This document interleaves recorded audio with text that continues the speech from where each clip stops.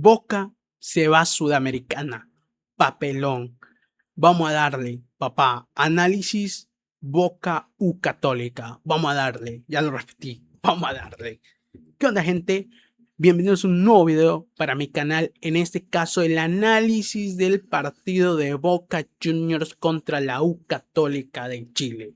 Hoy se jugó este partido por Copa Libertadores, por la fase de grupos de esta cierta copa, ¿no? La Copa Libertadores, la mejor copa de Sudamérica y para mí la mejor copa internacional de todo América.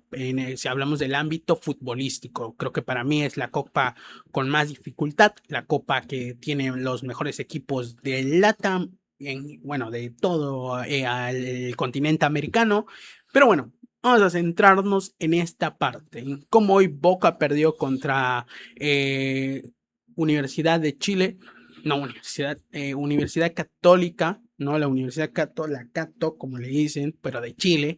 Entonces, hoy Boca perdió en la Bombonera en el último partido contra U de Chile, sí, creo que así se dice, o la Católica, le voy a decir la Católica de Chile, hoy perdió.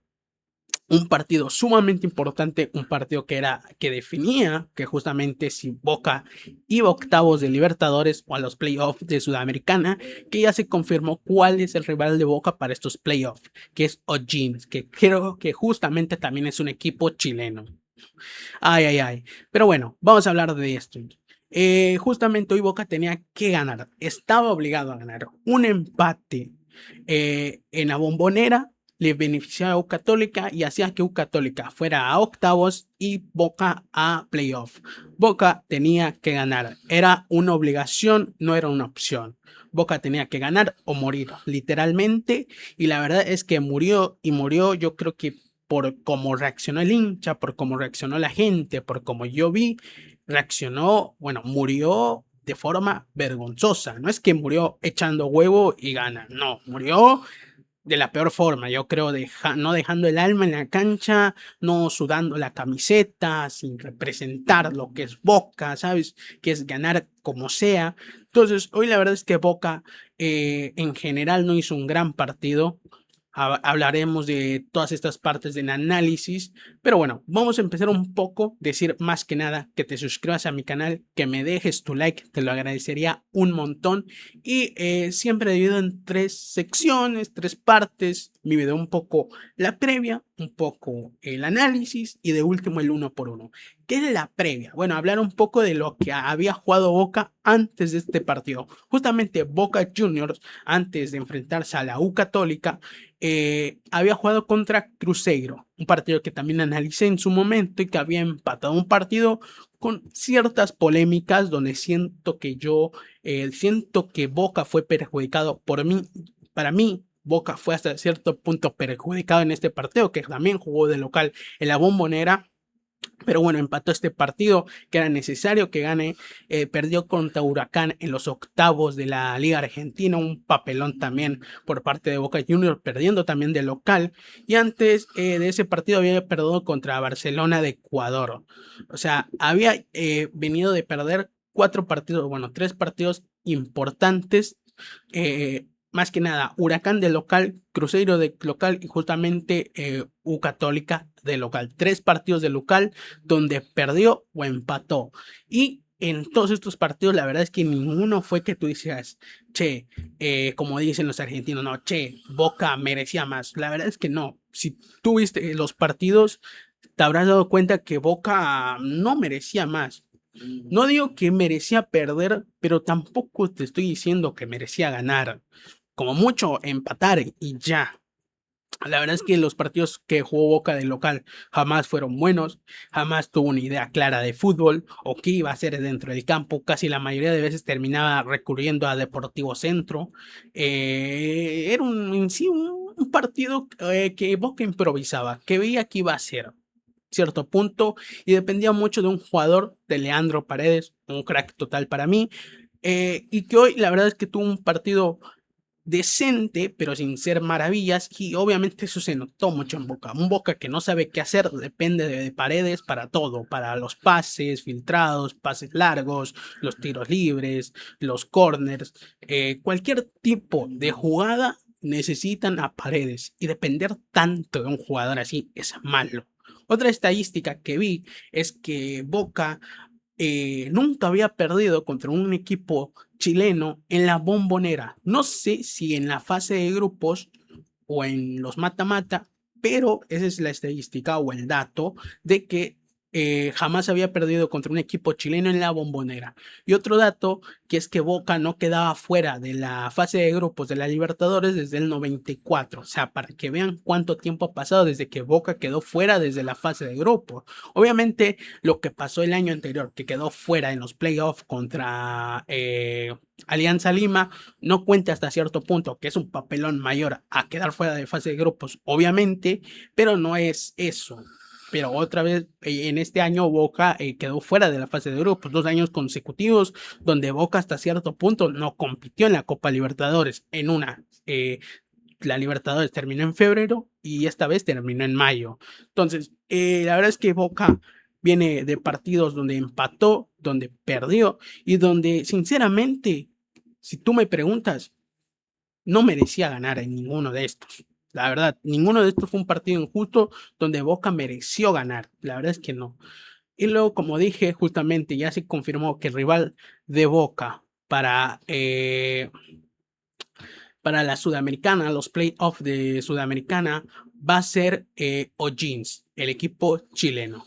Vamos a ver, para empezar un poco y antes de iniciar con el análisis, cómo quedó Boca en su fase de grupos, ¿no? En donde tenía que ganar. Justamente U Católica quedó primero con esta victoria con 13 puntos, Cruzeiro con 11 puntos quedó segundo y Boca Juniors quedó tercero, cual lo manda a los playoffs de la Sudamericana con 7 puntos. Boca ganó los primeros 2 puntos, ganó los primeros 2 partidos del inicio de la fase de grupos, donde sumó 6 puntos, y en los últimos 4 partidos sumó 1 punto. O sea, perdió 3, empató 1, que fue el contra Cruzeiro. La verdad es que esa estadística es muy mala en el aspecto de que ganaste solo 2 partidos, que fueron los 2 que hiciste, los 2 principales que jugaste, que fueron justamente de visitante. Bueno, el de Barcelona, el primero de Barcelona fue de local y el segundo de la U Católica fue de visitante en Chile. Luego, perdiste, si no ando mal, contra Cruzeiro en Cruzeiro. Eh, Perdiste en Barcelona, en Ecuador, empataste con Cruzeiro en Argentina o en la Bombonera y perdiste contra U Católica en la Bombonera. O sea, fueron, la verdad, unas pocas semanas donde todo lo que parecía que Boca iba a ir o pasar con facilidad la fase de grupos se le complicó en menos de un mes. Le dieron la vuelta a la tortilla y terminó quedando afuera de la Copa Libertadores.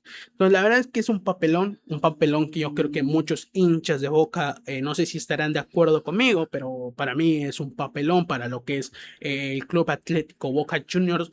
Para mí, como dicen muchos, el club más grande de América, yo creo que sí, tiene muchos títulos internacionales, más que nada, obviamente, para ser el club más grande del mundo, no del mundo, de América, tienes que tener muchos títulos internacionales, porque ¿qué más da tener tantos títulos locales? Internacionalmente no eres nada, pero Boca tiene muchas Libertadores, tiene 6 si no ando mal, porque creo que van por la séptima, tiene muchas ligas argentinas, tiene muchas copas del mundo en el aspecto que eran o lo que son hoy en día, ya se me fue el Mundial de Clubes, ¿no? Lo que era el Mundial de Clubes antes, ahora el Mundial de Clubes, que ya se me fue, ¿cómo se llamaba la otra? La Intercontinental. Le ganó al Madrid en una época del Madrid con los Galácticos, le ganó al Milan, o sea, Boca es un equipo grande. El más grande para mí de América. El más grande del mundo es el Real Madrid, pero el más grande de América es Boca, sin ninguna duda. Entonces, siendo lo que representa Boca Juniors quedar afuera a una instancia muy temprana, dejando un sabor muy agridulce, o muy agrio, mejor dicho, más que agridulce, complica mucho las cosas. Y veremos qué le pasa a Boca. Va a empezar el Mundial. Creo que ya Boca no juega ningún partido justamente, o no sé si juega un partido justo ahora, pero aún así ya va a empezar el Mundial. Entonces Boca va a tener 2 meses donde va a tener que reiniciar sus planes deportivos, donde para mí yo creo que va a tener que fichar a un nuevo DT, o sea, va a tener que echar a Úbeda, para mí tiene que echar a Úbeda, con todo el respeto, y debe de traer un DT con espalda, con cartas, con méritos, que digas, este tipo es bueno, ¿sabes? No probar o experimentar y decir, veremos qué pasa. No, ya perdiste la Libertadores, céntrate en la Sudamericana, por lo menos. Yo creo que para cualquier hincha de Boca, ganar la Sudamericana no es que vaya a tapar todo ni en pedo, pero por lo menos es algo. Si te viniste acá, haz algo, ¿no? Pero bueno, vamos a empezar con el análisis del partido en general, de lo que sucedió en este gran partido. Bueno, no gran partido, pero sí en este partido de fútbol por la Libertadores. Vamos allá. Vamos con los primeros 45 minutos del partido. Yo quiero dividir los 45 minutos del partido en 2 secciones, que para mí fueron claves para que la U Católica, por lo menos en el primer tiempo, no se vaya con desventaja, no se vaya con el marcador en contra. O no se hubiera ido empatado.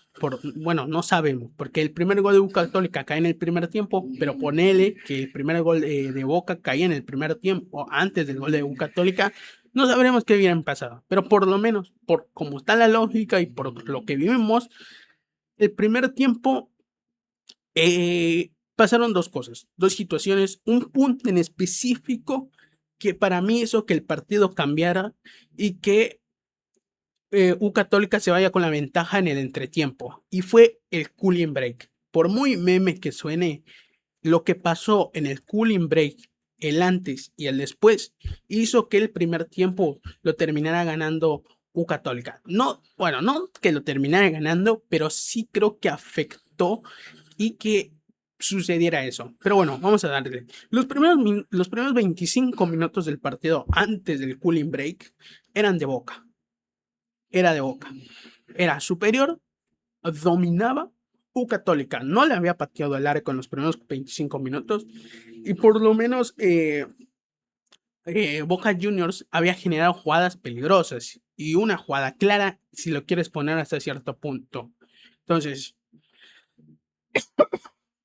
lo siento, vamos con ya. Entonces, en los primeros 10 minutos del partido, en los primeros 25 minutos, pero bueno, en los primeros 10 minutos del partido, la verdad es que el partido se estaba poniendo apenas, estaba dando inicio, porque Boca todavía no podía poner el dominio, no podía poner las condiciones, y U Católica tenía una que otra recuperación, sin mucho más.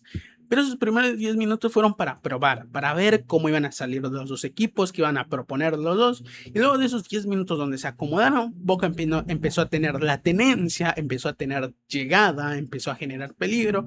Y una de esas llegadas fue una de Jiménez, de un pase de Ceballos. Jiménez, que obviamente no corre rápido, no termina llegando a la pelota y la termina pateando como puede, pasa un poco cerca del primer palo, un centro fácil, rasado al ras de 5 metros. Luego hubo una de Pellegrino, si no ando mal, el defensor, se llama Meloco, de un córner de Paredes. Luego hubo otra de un tiro libre de Paredes que creo que cabecea Jiménez y pasa cerca del palo. La verdad es que los primeros 25 minutos del partido, específicamente los del minuto 10 al minuto 15, Boca tenía la tenencia. Boca estaba siendo superior a U Católica. U Católica no le estaba generando peligro. No digo que Boca estaba peloteando a U Católica, no. Tenía esa jugada clara que era la de Pellegrino, pero en general tampoco es que hizo trabajar al arquero. En ningún momento el arquero tuvo que hacer una tajada, tuvo que salvar al equipo, ni mucho menos. Estaba literalmente tranquilo, puesto. La verdad es que los primeros 25 minutos fueron eso. Lo más llamativo de los primeros 25 minutos fue el penal al Changuito Ceballos. Una jugada que la vi y que para mí, ¿sabes qué te quiero decir? Para mí es penal de VAR. Es un penal que depende del árbitro. Porque es verdad que el jugador de U Católica lo agarra acá, lo sostiene acá, no le jale la camiseta, pero sí lo sostiene. Y cuando ve el jugador de U de Chile que la pelota se está yendo, lo suelta y obviamente al soltarlo, puta madre, no sé. Bueno, al quitarle la mano y el changuito, a ver que no va a alcanzar la pelota, se tira. Y obviamente el árbitro no termina cobrando penal porque pues obviamente cree que la fuerza no es suficiente y que la pelota obviamente se iba fuera. O sea que no tenía chances del changuito Ceballos de alcanzarla. A ver, si te soy sincero, es un penal y no. Para mí es un penal de VAR. Es un penal que se llama el VAR y el árbitro tiene su criterio, la puede cobrar o no la puede cobrar. Simplemente y sencillamente es así. Es un penal que te digo que la pueden cobrar, que no la pueden cobrar. Es un penal de VAR. 100% penal de VAR. Entonces, esos fueron los primeros 25 minutos con un Boca proponiendo, con una U Católica medio aguantando. No digo que estaba sufriendo, ni mucho menos, hay que aclarar. Y luego sucede el cooling break. Y ahí es donde pasa algo que el DT de U Católica detecta y ¡pum! Al minuto, justamente, si no ando mal, 34 del partido, cae el primer gol de la U Católica. Después del cooling break del 26, ponele, hasta el minuto 34, la verdad es que no estaba haciendo lo mismo. Boca tenía la tenencia un poco, pero U Católica se la estaba peleando. Ya no era lo mismo, ya no podía llegar a generar peligro. A veces ni siquiera podía entrar al área chica de U Católica como lo hizo en los primeros 25 minutos. No te digo que generó jugadas claras, pero por lo menos pisaba el área chica de U Católica. Esta vez no. U Católica se puso bien defensivamente, empezó a mejorar defensivamente, defendió mejor, ya lo repetí varias veces, empezó a recuperar un poco más la pelota, ¿no? Empezó a quitarle esa tenencia, a preocupar a Boca, a presionarlo, y a través de eso se genera un tiro libre para Boca, una falta, no me acuerdo si a Ander Herrera o a quién era, si no ando mal, a Aranda, no me acuerdo, a uno de esos dos fue, que termina cobrando el árbitro tiro libre. Y Paredes lo va a ejecutar, lo va a tirar dentro del área chica de U Católica de Chile, lo ejecuta el tiro libre, vaya, pum, la termina sacando un jugador de U Católica y papi, que se arma el contraataque ADN al Real Madrid. Un contraataque que para mí tiene dos puntos claves, el inicio y el final. Parece meme, pero es verdad. El inicio del contraataque termina a través de un despeje del jugador de U de Chile y la termina conduciendo y cediendo el pase a un jugador de U de Chile que estaba por la banda izquierda. Por la banda izquierda de U de Chile. Entonces, el jugador de U de Chile, cuando tiene la pelota, estaba rodeado de jugadores de Boca, cuales le ensuciaban poder meter un pase entre líneas, porque los demás jugadores de U de Chile ya estaban yéndose, ya estaban corriendo al área de Boca para alcanzar y generar el contraataque, ¿no? Pero justamente queda encerrado el jugador de Chile para mí. El jugador de U de Chile queda encerrado sin saber qué hacer porque no tiene pase libre, porque no ve un jugador, lo único que ve son dos jugadores de Boca por delante de él y hace una inventada. Mete un sombrerito, un pica la pelota, habilitando al jugador de U de Chile que pasaba por ahí, cual la recoge, cual la conduce y a través de unos tres pases, tiki, tiki, tiki en diagonales, a través de una mini triangulación, le termina cayendo a Montés. Y ahí está el otro punto que yo dije que es el inicio y el final. La definición de Montés es un santo puto golazo. La recibe, abre el pie, hace un recorte para sacarse al jugador que estaba por delante de él defendiéndole, alza la mirada y dice, papá, Bray, agárrala, pa, abre el pie, palo y adentro. ¿Qué te puedo decir? Es un puto gol, es un puto golazo.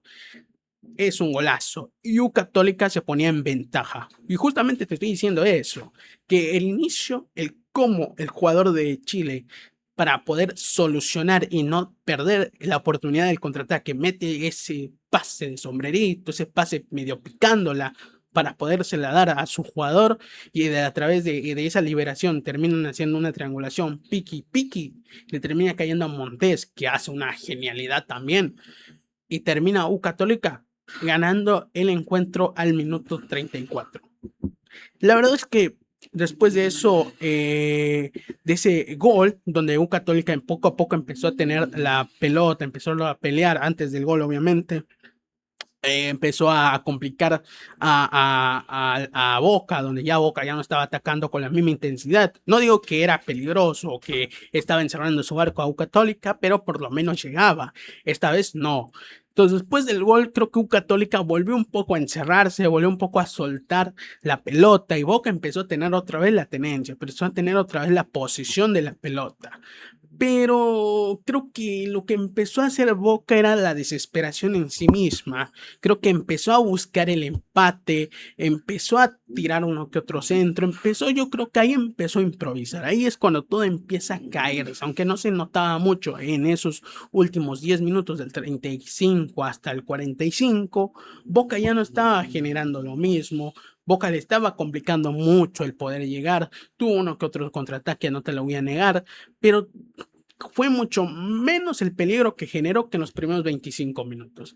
Y la verdad es que lo único que tuvo interesante en esos últimos 10 minutos fue un penal a Blanco, pero que también creo que se tira ahí, sí, yo creo que sí no era penal, porque la verdad es que no hacen una repetición, no recuerdo que hayan repasado la jugada, como que siente el contacto por la espalda y hace así, realmente se tira al piso, para mí no era penal, y termina el primer tiempo, un primer tiempo donde U Católica solo pateó una vez al arco y fue el gol, donde Boca, y escuchen bien, Boca estadísticamente no pateó al arco, tuvo creo que en remates totales creo que tuvo 3-2, pero en una bocha al arco en los 3 palos, U Católica 1, Boca 0, y así estaba el marcador.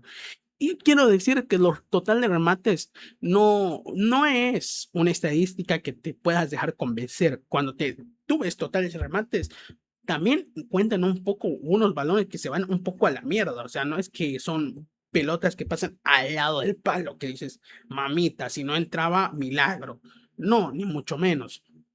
Entonces, en el primer tiempo, U Católica de Chile se va con la ventaja en el entretiempo y es donde inicia el segundo tiempo, donde hubieron uno que otro cambio, si no ando mal, por parte de Boca, donde sale Ander Herrera, entra Velasco, e inicia un segundo tiempo donde Boca necesitaba por lo menos empatar porque necesitaba ganar. O sea, la opción es ganar. No había opción múltiple, no había otra forma. Era ganar. Pero tenía que empatarlo por lo menos en los primeros 10 minutos del partido. Hacer un gol de vestidor. Y la verdad es que el segundo tiempo, en general, Boca Juniors se dedicó a ser el Atlético Deportivo Centro. Literal. Deportivo tirar centros. Porque no generó nada más. ¿Generó jugadas peligrosas? Sí. ¿Jugadas que pasaron al lado del palo? Sí. Generó eso, no te lo voy a negar.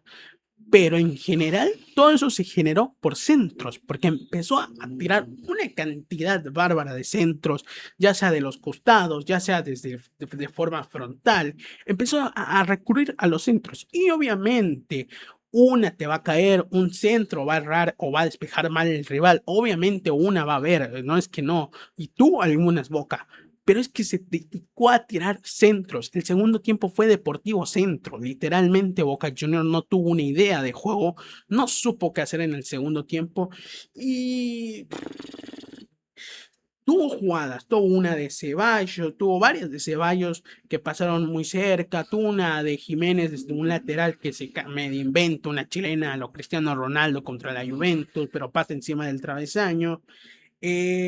Tuvo varias jugadas, la verdad es que en el segundo tiempo tuvo jugadas peligrosas, pero jugadas peligrosas que pasaban o al lado del palo y no mucho más.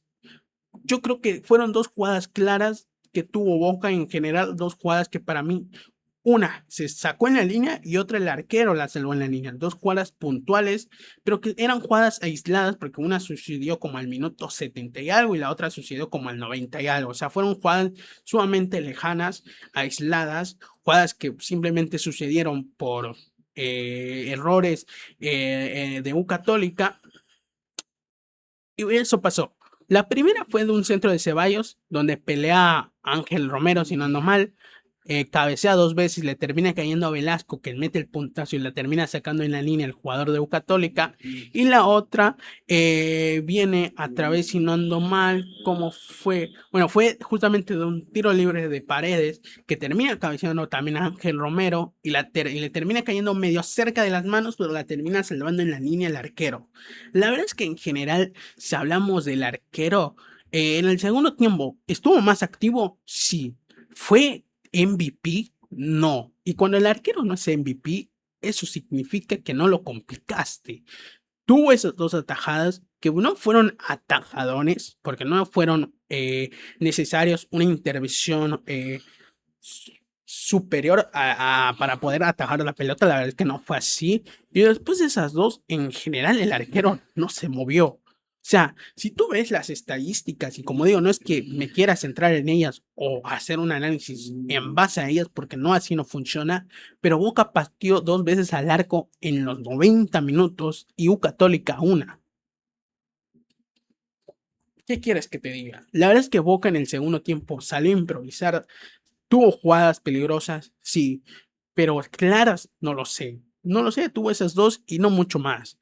Tuvo jugadas del Changuito Ceballos, tuvo jugadas de una que otra de Merentiel, tuvo un gol anulado, eso es verdad, que viene de una jugada justamente de Merentiel, que entra casi al minuto 75. La verdad es que metieron muy tarde a la bestia Merentiel, que hace un mini recorte por la banda, tira un centro, le termina cayendo a Ángel Romero, si no ando mal, que define, mete el empate, pero le terminan cobrando offside, un offside que era offside cuando hacen las líneas para ver dónde estaba el jugador de Boca, estaba adelantado por una mierda, pero estaba adelantado.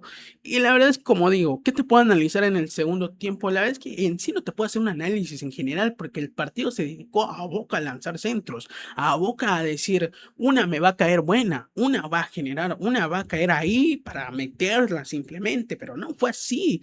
Y U Católica no es que fue un equipo que tú digas, ah, la mierda, defendió bien, no, U Católica te diría que incluso si te ponías más serio, le metías hasta 5 goles, porque toda la forma o todas las que recuperaba U Católica eran errores más de Boca que de recuperaciones de U Católica y viceversa. Yo creo que cuando Boca recuperaba la pelota, no era porque presionaba, porque ahogaba a U Católica, eran errores de U Católica que hacían malos pases.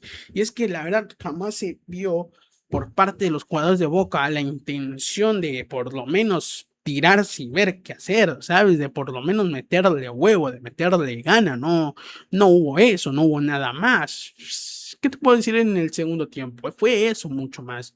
La verdad es que en general, en los 90 minutos, te puedo dar que Boca merecía el empate y ya. La victoria, la verdad es que no lo veo. La victoria es que no es para mí lo que Boca merecía. Nunca fue superior, nunca aplastó a U Católica. Y aunque tuvo literalmente la mayor posición del partido, porque tuvo como un 70% de posición, si lo movemos a lo que fue el partido, no fue una posición ni peligrosa, ni un momento donde asfixiaras a U Católica. Tal vez los primeros 25 minutos en general, esos 15 minutos que digo, del minuto 10 al 25, donde Boca fue completamente superior, pero sacando esos 15 minutos, no fue más, no fue más Boca, no fue más. Tengo la boca seca, literal. Ah, mierda. Pero bueno, Eh, eso fue, eso fue. Vamos al uno por uno del partido. Ay, de verdad. Lo siento, gente de YouTube. Así que tengo la boca seca. Termino el video y ya. Vamos a empezar con Boca Juniors, terminamos con U Católica de Chile. Por parte del arco Bray, la verdad es que no creo que Bray haya tenido gol, culpa en el gol, fue un golazo total. Y de ahí la verdad es que tampoco Bray se le complicó, solo una vez llegó U Católica al arco y fue gol. En la línea de 4, Blanco creo que fue el mejor en la defensa y creo que en el ataque en sí. Pellegrino estuvo bien. Di Lolo, la verdad es que no recuerdo algo de Di Lolo mal, estuvo más o menos ahí. Braida estuvo ahí. Te juro que si hablamos de Pellegrino, más que nada Lilolo y Braida, no recuerdo muchas jugadas de ellos, pero no porque hayan jugado mal, sino porque literalmente U Católica solo atacó una vez y fue gol, y después de eso no atacó, o sea, no cruzó 3 cuartos de cancha, tuvo una que otra, ponele, pero nada. O sea, nada. Y por eso es que no me acuerdo ni cómo jugó Di Lolo. Pellegrino tuvo una jugada, tuvo una que otra, la que pasó cerca del palo. Y Blanco en general me acuerdo porque llegaba mucho al ataque. El pibe Aranda, estuvo bien Aranda, la verdad. Intentando gambetear, pero no podía hacerlo todo. Ander Herrera, unos primeros 45 minutos, por eso sale de cambio. Y decentes, más o menos, la verdad es que estuvo un bajo ahí. Paredes no tuvo un gran partido, pero yo creo que fue de los mejores en el campo para que veas. Delgado estuvo ahí, la verdad tampoco fue un gran partido de Delgado. Ceballos yo creo que fue uno de los mejores. Y Jiménez, que la verdad es que cada vez que Jiménez recibía una pelota le rebotaba. O sea, Jiménez está acabado, literal. Está acabado. No, no, no, no puede jugar Jiménez. Está acabado, literal. Yo creo que en general los mejores fueron Ceballos, Aranda y Paredes. La verdad es que no hubo otro jugador que tú digas, wow. Por parte de la U Católica estuvo, ¿cómo se dice? Bernedo o Bernardo. Bernedo, sí, Bernedo, es que no. Iba a decir Bernando. Bernedo en el arco, la verdad es que estuvo bien. En el segundo tiempo se le pidió más, pero no se le exigió. Luego estuvo bien. Arciba, Ampero, Díaz y Maná. Y ahí Valencia estuvo bien Valencia. Montes que hizo el golazo de Montes, pero después de ahí, la verdad, decente. Suiki decente. Martínez ahí más o menos, Cuevas más o menos, y San Pedri, la verdad es que San Pedri no es que tuvo un gran partido, pero recuerdo que nomás metía. Es que no te puedo hablar mucho del ataque de U Católica, porque en general pateó una vez al arco, y no solo es que pateó una vez al arco, la única vez que pateó al arco que fue gol, fue la única vez que llegó. La verdad es que si nos vamos a centrar en el 11 de U Católica, hablemos más de la parte defensiva que en general, pero bueno, espero que les haya gustado este video. Si alguna vez les molestó algo que dije, lo siento, si me equivoqué, lo siento, no soy el mejor analizando partido, le di un madrazo al micrófono, pero nos vemos en la próxima. No sé si es en el análisis de la liga o de los equipos españoles o en la Champions, pero nos vemos, gente. Chao. Suscríbanse y dejen su like. Adiós.